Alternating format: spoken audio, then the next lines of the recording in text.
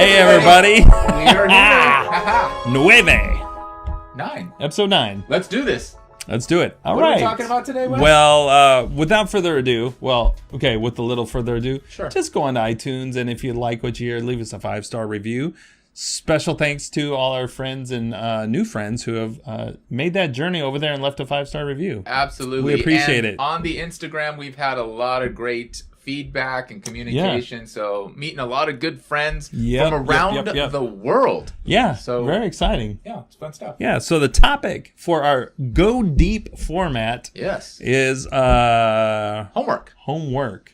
It's working at home. I don't like the word. I know you don't. Yeah. That's why I'm looking forward to getting you all stirred up. Trying to be a little transparent here. Yeah. All right. So, Pablo, when you think about your experience as a student at home, I mean, growing up with homework, what do you remember? I think you asked me this a lot, and it's going to kind of be very similar to my classroom experience. I don't remember doing a lot of homework. I do remember having to do it. I don't think I did it very well. And I know that it was always a struggle for me. Like, I didn't want to do the work. I just didn't want to put it in. And you may start to think that I listen to this podcast, and maybe I'm a little lazy, or I'm not. I really just have zero interest, and it's interesting that full circle I'm here. I've arrived in education, and I think there's a reason though. I really do, and maybe that's for another time. You're here to set things straight. Maybe. I definitely think that. How about you? When I was a student, I was quick with the work, and so I usually didn't have any homework up until probably when you say quick with the work, you were done for the most part in class. Yeah. Like, here's the homework, and I would be done before I left school that day. Can't have that. Yeah, so probably bigger projects are what I remember, like where a teacher said, we're going to do a country report. It's going to be due in 4 weeks. So can I interrupt? Let's back up. So would you say, though, that when you finished your homework in class, that your teacher said, oh, you're done, did she feel the need to assign you something else? I don't remember letting my teacher know the status of my homework. Smart. Like, I just tried to do it and keep it under wraps. Right. Like, I pretended I was leaving with homework. I even remember, like 9th grade year, high school, like I was take the bus, I would be doing the homework, the last thing before I got on the bus to take the bus home, because I didn't want to have homework. Why not? Let's get down to it. Why didn't you want to have homework? There's other things to do. There's video games at home. I could play, soccer or football with my next door neighbor. I wasn't interested in sitting at home doing homework. Yeah. Okay. It teaches discipline. Yeah. That's what I hear. The thing that I do remember is, it teaches discipline. I'm going to sign it. So. Right. I think there's other ways for that. Yeah. Longer reports. I was not good at managing longer, like, homework projects. And maybe typically, like, we see the, even in sitcoms, parents doing the science fair experiment for the kid because the kid, wakes up that day.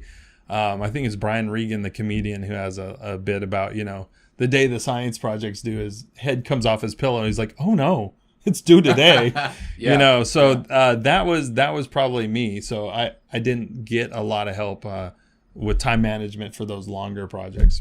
So that was my my experience growing up. Did you say, or did you mention, did anybody help you with homework? Did you have tutors or your parents or siblings? Or anybody help you with homework? No, it was the opposite. I was the help. I helped my sister in math. I helped my next door neighbor. I think I went over to his house and helped him with math here and there. I don't think I ever got assistance in that way. Yeah, nor did I. Yeah. My parents were immigrants. I was an immigrant. Yeah. And I was just lucky to have a space to do homework. I had two brothers that we all lived in the same bedroom essentially, and I just had to find a space. I know that that's one thing my mom did do for me, is provide space for me. But outside of that, there was no helping me. Yeah, that's interesting. I mean, I did have a space. I can remember you're supposed to be in your room doing homework. I'm not sure what I think I might have pretended on that, and Right. I'm going to do my homework, Right. and then I'm just in there fooling around and reading. Yeah.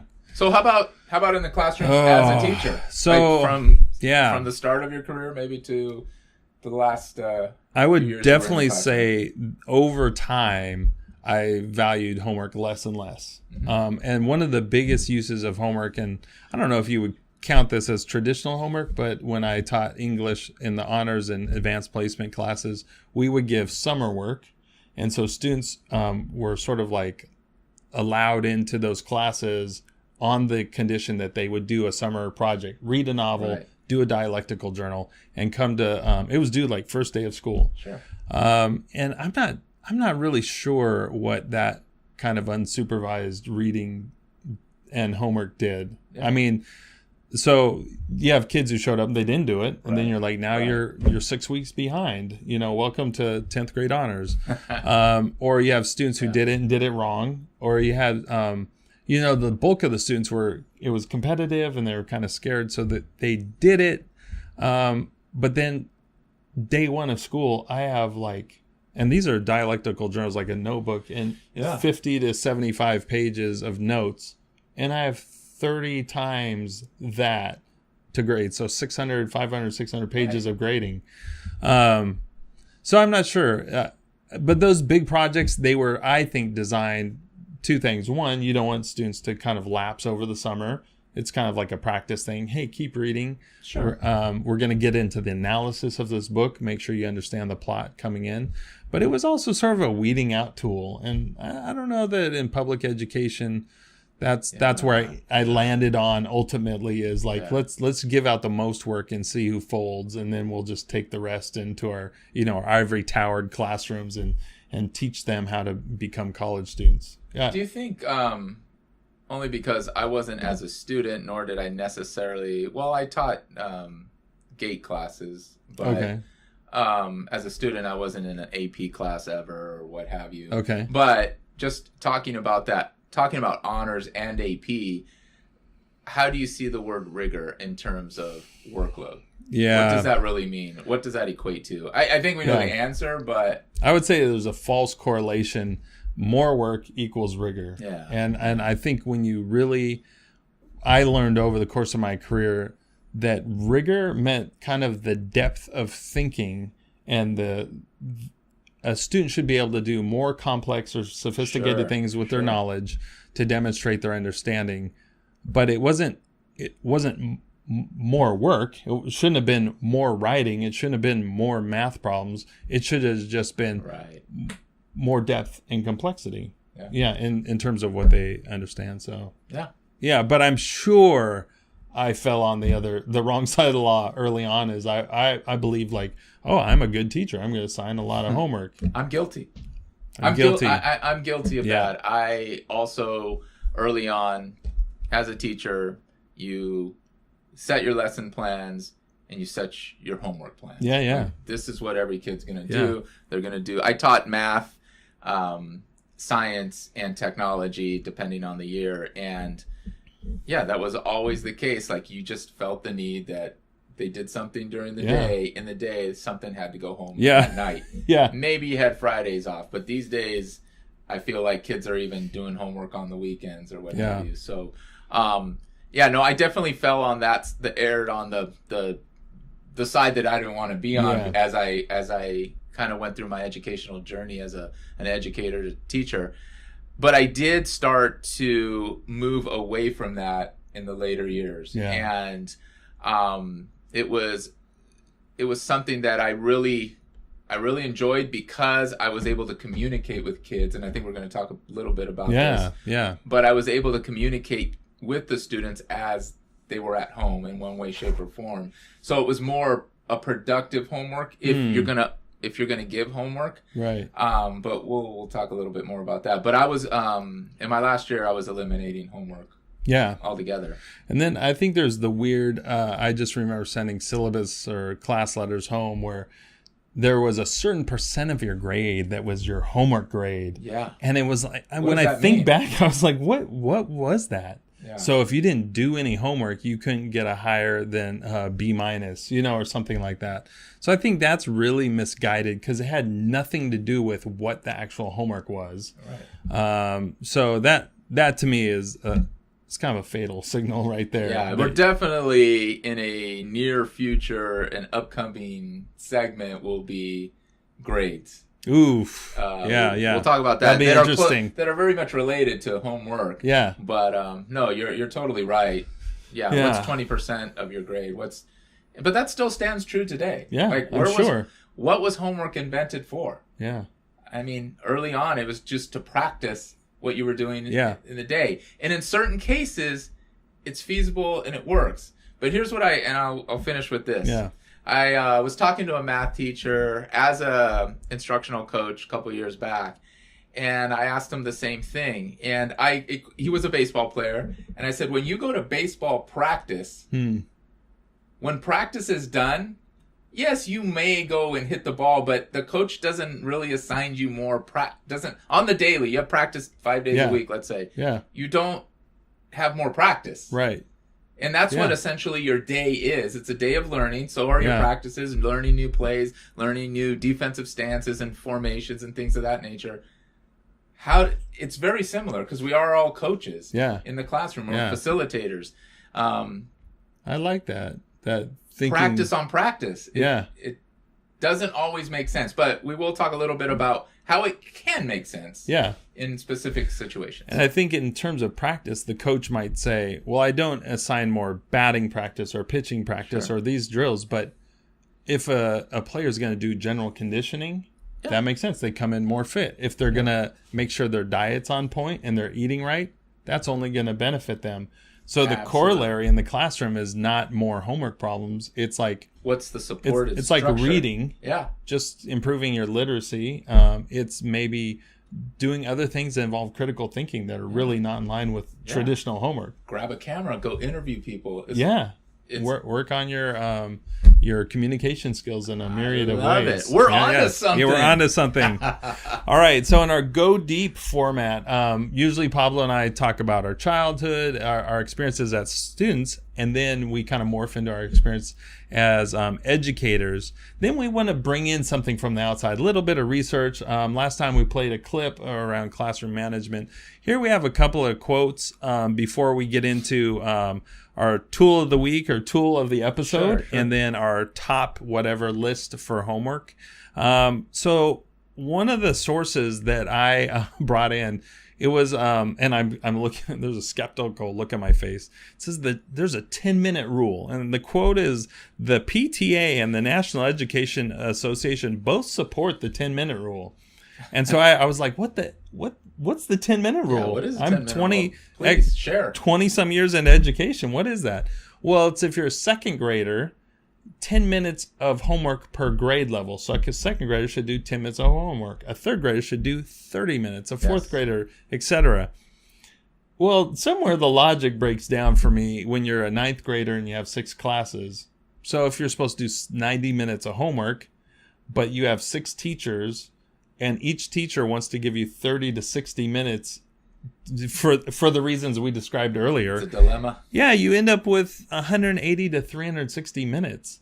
So the 10-minute rule that's supposedly endorsed by the PTA and National Education Association, it doesn't work for the secondary level. It doesn't work, but that's what's happening in schools, especially as students move through our systems. Yeah. It's unfortunate. And we were guilty in the English department. We would talk about our standards and our homework and AP and honors and just pile it on.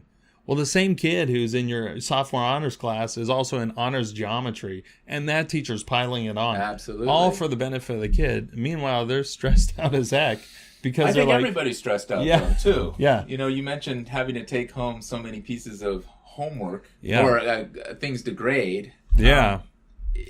I don't know. It's not beneficial for anybody. On the whole. So there's a quote from John Hattie. He says the effect size of the benefits of homework is 0, and so that was interesting. Though couched in that interview, and we'll put the link in the show notes. He says don't cut it out. He's like just don't go crazy. He's like, the thing is, it may be an effect size of 0, but leaving no homework as your policy might not be the answer either. So an interesting quote there is 5 to 10 minutes is as effective as 1 to 2 hours. So, I mean, don't go crazy. Do the homework or keep it, but keep it super minimal and be very cognizant. What about you? Or Marzano also talks about, if you're going to provide homework, make it not necessarily authentic, but personalize or individualize it based on the needs of that student. That's crazy. We blanket homework. Numbers one, page 355, 356, 1 through 30. Everybody. Everybody's doing the same thing. Yeah. Everybody's on a different, space and time. I want to say space and time continuum. Maybe they are. That was wrong. But no, it certainly is something that teachers, we as educators should be a little bit more professional in understanding our kids. Yeah. I think every student should be on IEP. I mean, it makes a lot of sense, right, to have an individualized education plan for each student. That's hard, and I get that. But so some things have to be kind of generalized, but homework shouldn't necessarily be one of them. Yeah, if you think of it, if you're gonna send a student home and say, practice this, we've started it, you're aware of what the skill is, you're practicing something you've had exposure to, but everyone's in a different place in their understanding, then shouldn't you tweak what kind of practice that is? I mean, the baseball coach, to take that analogy, wouldn't tell every player, hey, go practice your pitching, because they're not even in that position in the game. So in the same way, our students aren't exactly in the same places with their learning. And the student that is struggling in your classroom is not all of a sudden going to be this dynamite mathematician when they get home. They're going to struggle. They're going to cry. They're going to be up later than the kid that knows what they're doing and has support. It's not equitable to everybody. That's a good point. And so if you look at it, that's why at the in the later years of teaching, I understood that. Why am I? What is this? I'm questioning myself. Why am I assigning this homework? Students come back with, some have tutors. Some of the tutors are doing it for them. Homework. Or I don't know to what, what's the validity of the homework. And then we give them, if we give them formative assessments, I think that's where we learn what they know, what they don't know. And that, in the hours that we have them in the classroom, the students, that's where we can do the most work. The most beneficial work for our students. Okay, now this is off script a little, but did you ever have a favorite homework assignment? Something you thought legitimately was beneficial? I think it was beneficial because I wanted to do it. And what I mean by that, it's not necessarily projects, but things where I was assigned to be creative and do that. It wasn't, we had a choice on what we could do for the homework. Whether it be, hey, go home and take a picture of an object and come back and explain it, whether it be in writing or in front of the class or what have you. Or write a piece, do a writing piece, videotape yourself, do an interview. The sky's the limit there. I think but those are the types of things that intrigue me. Giving choices. Choice, I love that. Choice is kind of cool, right? One of mine immediately pops to mind was go home and interview a family member. It could be any topic. It could be relating to math or science or whatever. But for me, you didn't have access to the student's family or community resources in the classroom. But when they left school, they could get other information and other perspectives and engage their parents or other family members in their education. So to me, that was a win-win. Absolutely. There's just a lot of opportunity for improvement in this area. I know it's not going to change tomorrow, but it's something we should, as educators, be really cautious and reflective about it, and not just question yourself, why are you giving homework? If you just say it's practice, make sure it's meaningful practice then, and leveled for the student. Yeah, for sure. All right, so it's time for I think it's a top 4 list today. Woo! Top 4 ideas to keep in mind when thinking about homework. So the number one thing to remember is inappropriate homework actually produces little or no benefit. So our tip is to err on the side of giving less homework. Boom. Yeah, make it smaller. What about you? Second one, we kind of spoke to it with Marzano kind of backing this, but differentiate your homework. again, I kind of just finished with this, just give them opportunities to work at their level, and then also the opportunity, if they actually have an aha moment or they get it, to be able to move on. Yeah. In that process of, if you're providing homework. That's great. And so then we have kind of a two-parter for our last one. So one is, and this was yours, so maybe you want to speak to this, but give homework, but make it optional. Yeah. Tell me about that. No, because parents would always ask, because I had in the last couple of years, I was teaching minimal homework. Yeah. And they said, is this all you're going to give them? I said, yes, that's all I am going to give them. Yeah. But you have the book at home. The book is there. There's according pages that are according to the section that we're working on, or the unit that we're working on. Feel free to do knock yourself out. If that's what you need your kid to do, I'm all for it. I'm there to support you. I'm just not going to personally assign it. I will do what we can actually cover and work on efficiently and productively in the classroom. So give choice. Like, if you don't give homework, but have that as an option. Yeah. So that's actually our fourth one. Third is make it optional, or fourth is give choices. Yeah. So the student is engaging and using some of their own agency in that practice time. And I want to give a little side story. I'm not sure where we're headed here next, and I know we'll be wrapping up soon. But this topic is really near and dear to my heart. My daughter, who suffers from depression, a small bout of depression. We did have to go to the hospital about a year ago, and we went to the emergency room, and we had her treated and everything, and just to kind of get over an episode that we were having.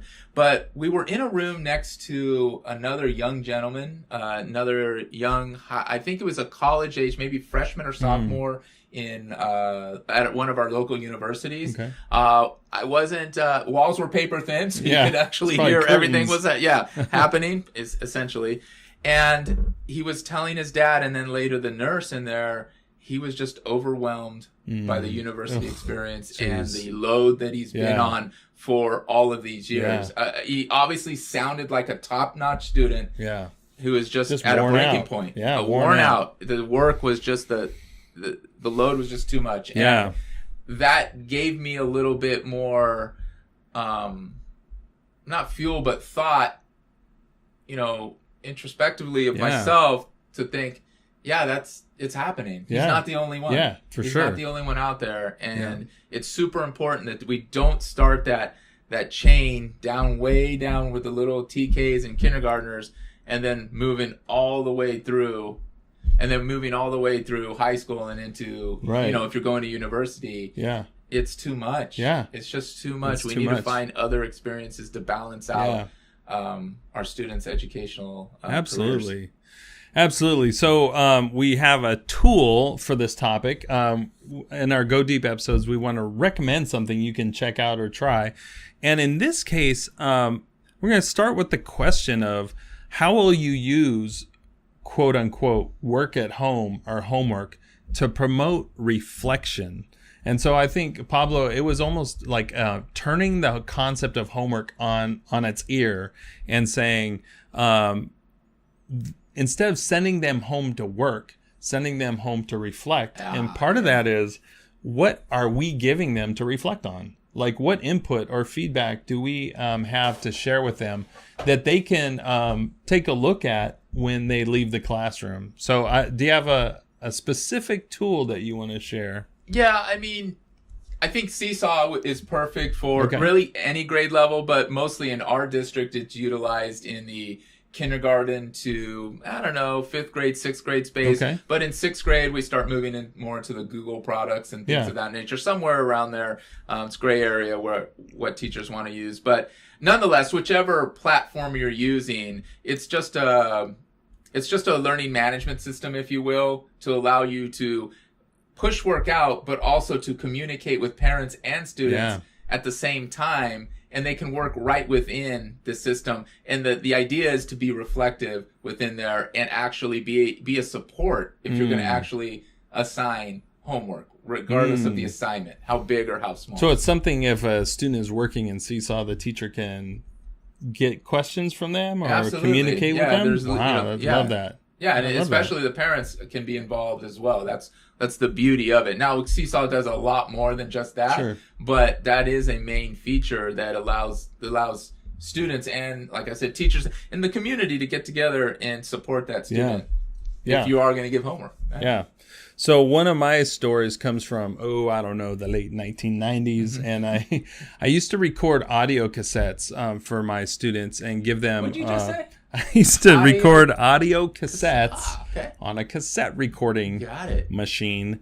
And so I would have their writing their essays, and I would record a commentary, and then I would give them the cassette tape, and they would listen to it at home, and then they would also record themselves and then bring me back so I could hear. So we had this kind of back and forth like a audio recording journal. But the point is obviously not the exact technology because times change, but to use Flipgrid or like certain LMSs have a video built-in video feedback tool.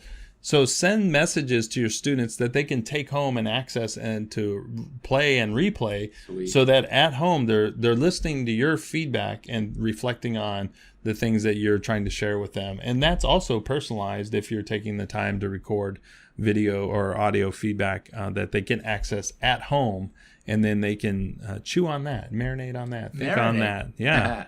All right. Well, it's time. Is it time for our social media shout out? It's time for our social media shout out. And this week it is History in the Middle on Instagram.